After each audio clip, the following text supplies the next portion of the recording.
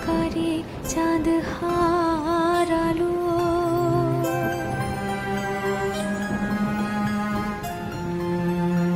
অন্ধকারে চাঁদ হারালো, নিঝুম রাতে ভয় ঘনালো, বাতাস এসে ঝড়ের খেলায় মাতে,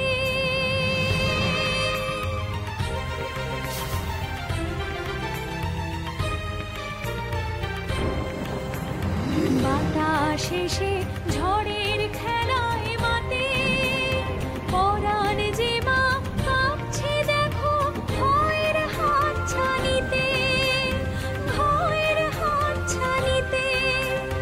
দাও মা শক্তি, দাও মা বড়া ভয়, তোমার নামে ভয় কি করব জয় মাগো, ভয় কি করব জয় মাগো, ভয় কি করব জয়।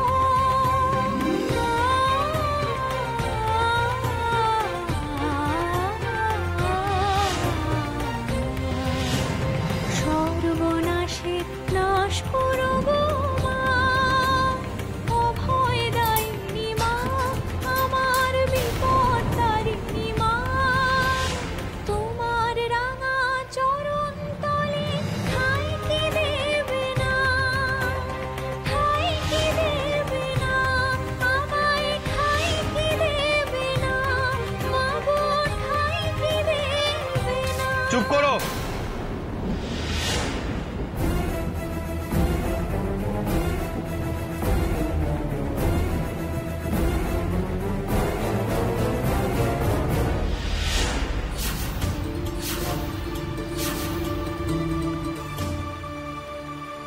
তুমি এখানে কি করছো?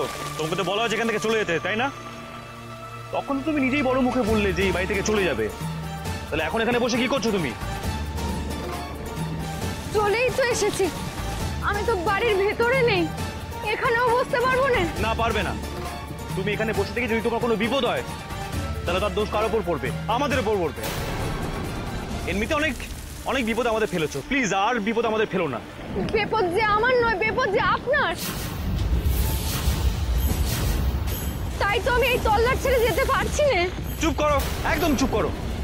এক কথা শুনে শুনে আমি ক্লান্ত। তুমি এখানে যাও তো, যাও। আপনি ভিতরে যান, ভিজে জ্বর হবে যে। আরে হোক জ্বর, জ্বর হলে আমার হবে, বিপদ হলে আমার হবে, এটা আমার ব্যাপার। আর একটা কথা খুব ভালো করে শুনে রাখো, আমি কিন্তু তোমার কেউ হই না, ওকে? না, ধরো ধরো বলছি।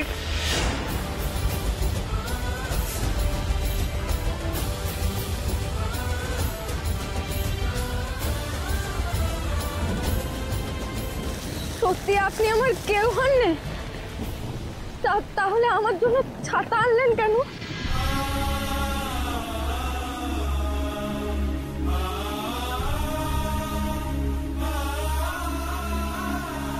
ছাতা আমায় দিয়ে আপনি নিজে ভিজতে নিবা কেন?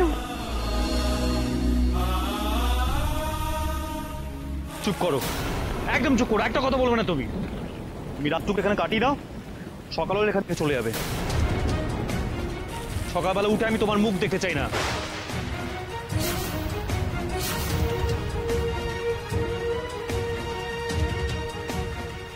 সন্তোষদা, মাধবদা, কোথায় তোমরা? কি হচ্ছে স্যার, কি হচ্ছে? লাগবে না ছাদা। কি হয়েছে স্যার? একটা মেয়েকে এইভাবে বাইরে রেখে তোমরা ভেতরে কি করছো? তোমাদের কোনো দায়িত্ব নেই? না মানে আমরা তো অনেকে ডেকেছিলাম। কোনো এক্সকিউজ শুনতে চাই না। শ্রীনয়নী যতক্ষণ বাইরে রয়েছে তোমরা ওকে পাহারা দেবে, ওর যেন কোনো সমস্যা না হয়, মাথা যেন থাকে।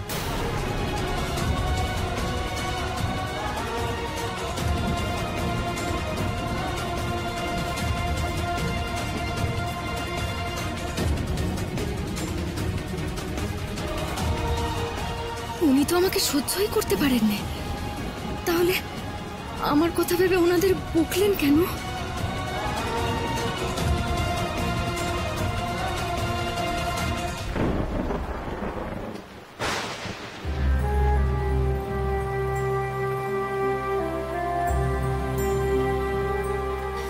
তাহলে দৃপ্তবাবু বাইরে যতটা কঠিন হয়ে থাকেন আসলে ততটা কঠিন নন।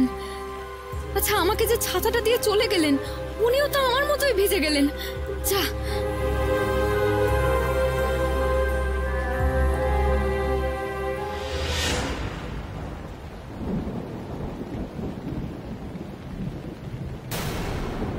দীপু, দীপু, তুই তুই এখানে এখানে কি করছিস?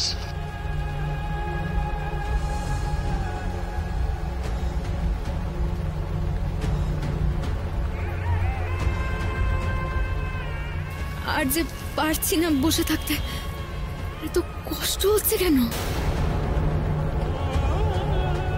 দীপু, চলে আয়, চলে আয়। বৃষ্টিতে ভিজলে তোর জ্বর আসবে রে। চলে আয় বাবা, বৃষ্টিতে ভিজিস না।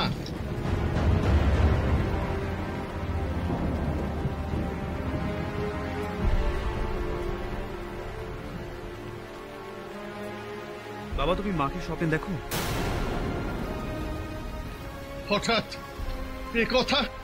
আমি দেখেছি আজ, এই একটু আগে মা এসে আমার মাথার সামনে বসলো।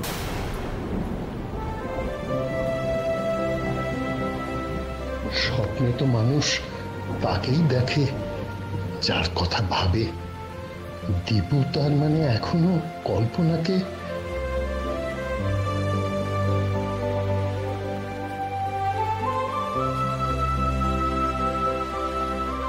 বাবা, তোমার মনে আছে বর্ষার প্রথম বৃষ্টিতে আমি আর মা ঠিক এইভাবেই ছাদে এসে ভিজতাম? মা বলতো মরশুমে প্রথম বৃষ্টি কখনো মিস করতে নেই।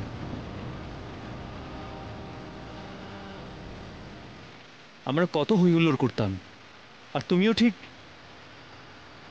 দরজার সামনে দাঁড়িয়ে আমাদের আমাদের ভিজতে বারণ করতে। আর সেই সব দিনগুলোতে মাও আমার মতনই বাচ্চা হয়ে যেত, ভেতরে একদমই যেতে চাইতো না। আর আজ ওই দিনগুলো মনে পড়ে গেল বাবা, তাই ছাদে চলে এলাম।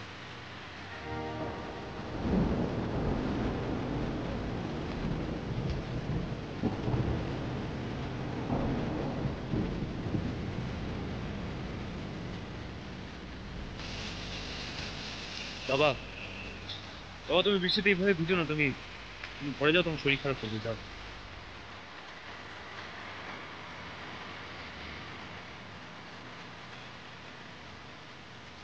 কল্পনা নেই, কিন্তু আজ এই বৃষ্টির দিনে আমাদের বাপ ছেলের পাশে এসেও দাঁড়িয়েছে।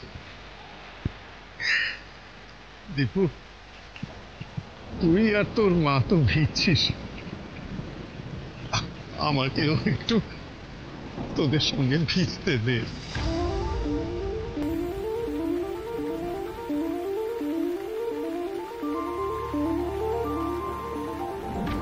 কল্পনা, কত কাল পর দীপু তোমার কথা ভাবছে, যেন ত্রিনয়নী আসার পরেই হলো। ত্রিনয়নী এসেই যেন দীপুর মনে তোমার স্মৃতিগুলো আবার নতুন করে জাগিয়ে দিয়ে গেল।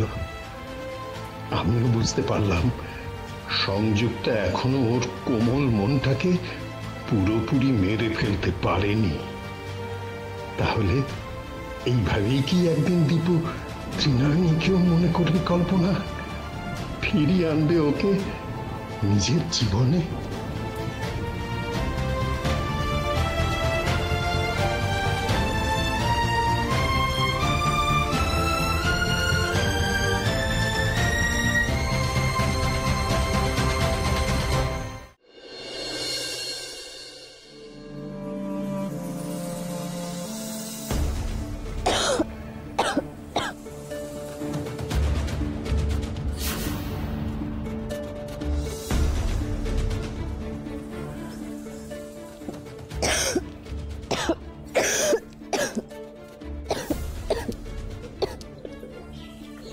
দিদি, এ কি অবস্থা হয়েছে আপনার? ভোরের দিকে আমাদের একটু চোখ লেগে এসেছিল, তা আপনি একবার ডাকবেন তো। আপনার শরীর ভালো না সে কথা আমাদের একবার বলবেন তো। ও দিদি, আপনার কি জ্বর এসছে?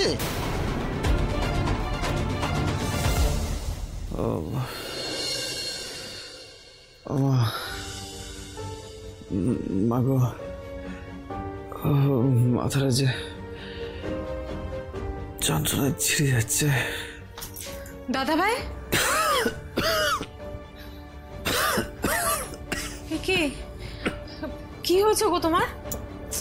খুব কষ্ট হচ্ছে? না, ওই সামনে একটু জ্বর হয়েছে। ও ঠিক হয়ে যাবে, চিন্তা করো না।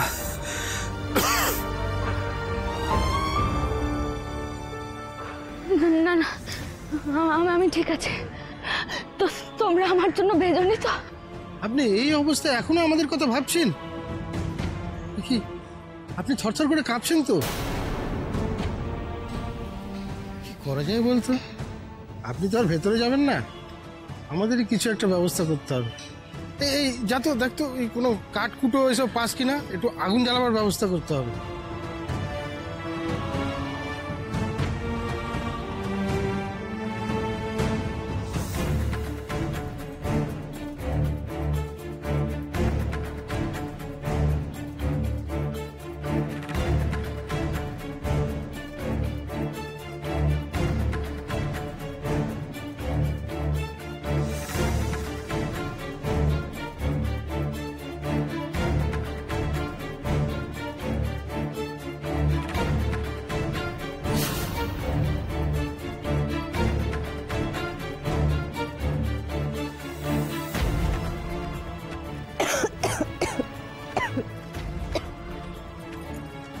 দীপ্ত সাহেব তো আমাদের দায়িত্ব দিয়ে গেছিলেন ওনার খেয়াল রাখতে। এখন ওনার এই অবস্থা, বাড়ির লোককে একবার জানানো উচিত। বল, তুই গেটের সামনেটা থাক, আমি জানিয়ে আসছি। হ্যাঁ,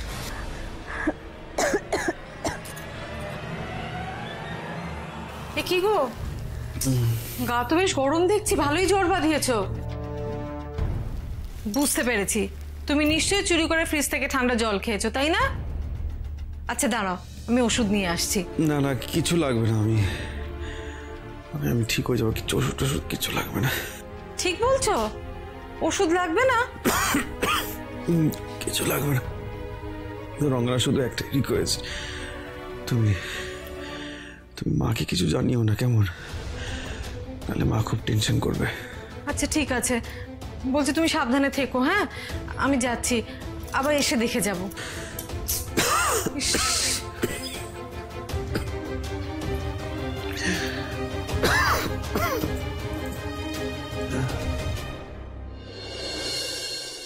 স্যার, একটিবার বাড়ির বাইরে চলুন। বৌদিদির মনে হয় খুব জ্বর এসছে, কাঁপছে থরথর করে। কে? কার জ্বর? বৌদিদি, দীপ্ত স্যারের বউ। চুপ! একদম চুপ! কি উল্টোপাল্টা কথা বলছো তুমি? বন্ধু মানে তুমি কি বন্ধুর কথা বলছো? বন্ধু চলে যায়নি? ও কোথায় আছে? বাড়ির বাইরে বসে আছে, জ্বরে কাঁপছে থরথর করে। এ দৃশ্য দেখা যায় না। থামবে তুমি? মামাজি, মা, আমার মনে হয় ওকে না থামিয়ে জ্বরটাকে থামানো ভালো। তার উপর আবার দুজনেরই তো জ্বর হয়েছে। দুজনের মানে? মানে এদিকে বন্ধুর জ্বর, ওদিকে দাদা ভাইয়ের জ্বর। দেখেছেন মা, ওদের দুজনেরই কি মিল।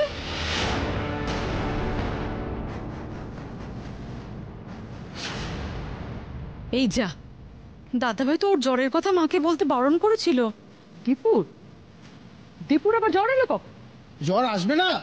দুজনেই তো কাল রাত্রে বৃষ্টিতে ভিজেছে।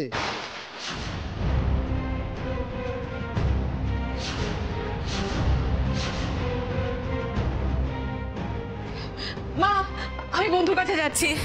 এই, কোথাও যাবে না তুমি, এক পা বেরোবে না বাড়ি থেকে। পিকু, সামলা তোর বউকে, নিয়ে যা এখান থেকে। সব ব্যাপারে তোমার এত উৎসাহ কিসের গো? চলো চলো আমার সঙ্গে, মা, চলো। এরকম করবে না। এই পিকু, ছাড়ো। চলো।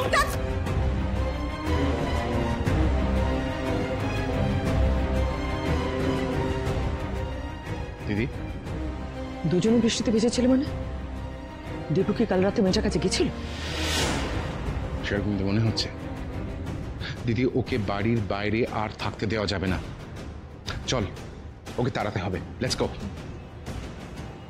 এই চলো তো আমাদের সঙ্গে, চলো।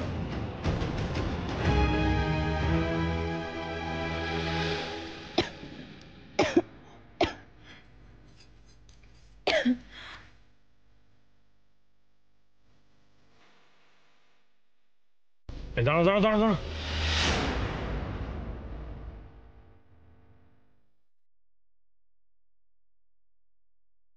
এ কি, মেয়েটি এভাবে রাস্তায় বসে কেন? ব্যাক করো, ব্যাক করো, ব্যাক করো।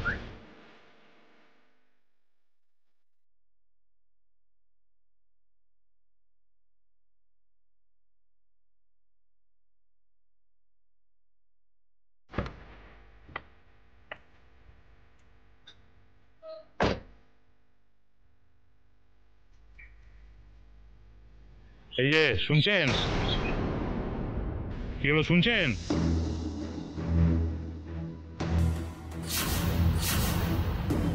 পুলিশ বাবু,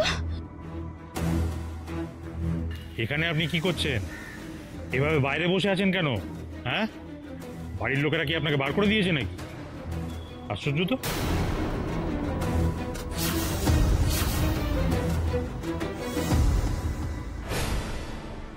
দিদি, একটা এসপার ওসপার এবার করতে হবে। এই ফালতু হেডেকটা না জাস্ট আর নেওয়া যাচ্ছে না। কাল তো মনে হলো আপনার বাড়ির সবাই আপনাকে ফাঁসাতে চাইছে।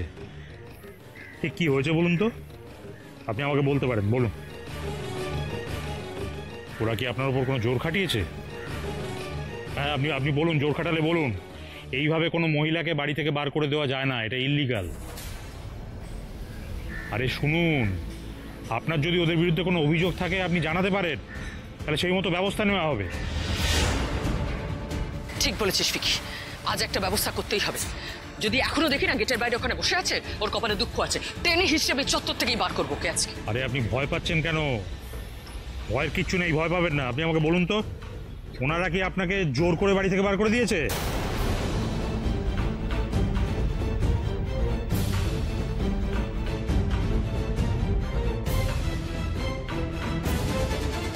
ও আমাদের বাড়ির রাস্তার ওপারে থাকবে, তারপরে সবে এসে প্রশ্ন করবে তুমি এখানে কেন আছো, কি করছো, কি ব্যাপার।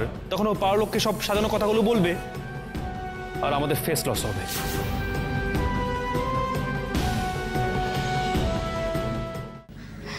না না পুলিশ বাবু, ওনারা আমায় কেউ বের করে দেননি। আমি আমি নিজের ইচ্ছাতে বাড়ির বাইরে এসে বসেছি। আপনি নিজের ইচ্ছে এভাবে বাইরে বসে আছেন? আরে আপনাকে দেখে তো শরীর খারাপ বলেও মনে হচ্ছে।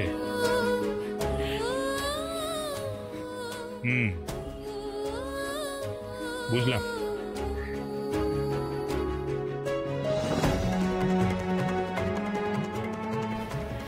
চলো।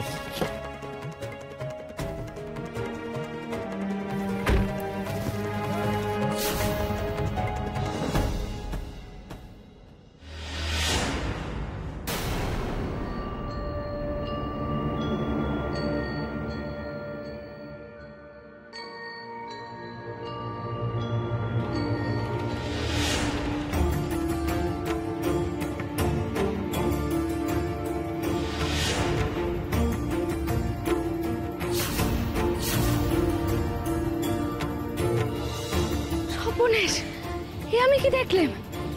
পুলিশ বাবুর গাড়িতে আগুন লাগবে? তাহলে তো পুলিশ বাবুর খুব বিপদ। কি করি আমি এখন, কি করি? ও দিদি, ও দিদি, ও দিদি। সিকিউরিটি, সিকিউরিটি, মেয়েটা কোথায় গেল? হ্যাঁ, ও দিদি তো চলে গেলেন ম্যাডাম।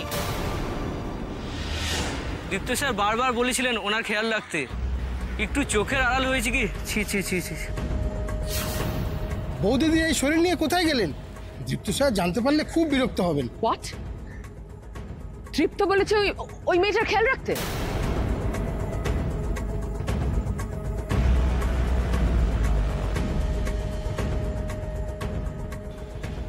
ভাব গতিক আমার ভালো ঠেকছে না দিদি, কিছু একটা ব্যবস্থা করতে হবে। অনেকদিন আমি আমার আসল রূপটা দেখাইনি, তাই না রে ভিকি? এবার ওই মেয়েটার জন্য আমাকে রূপটা আবার দেখাতে হবে।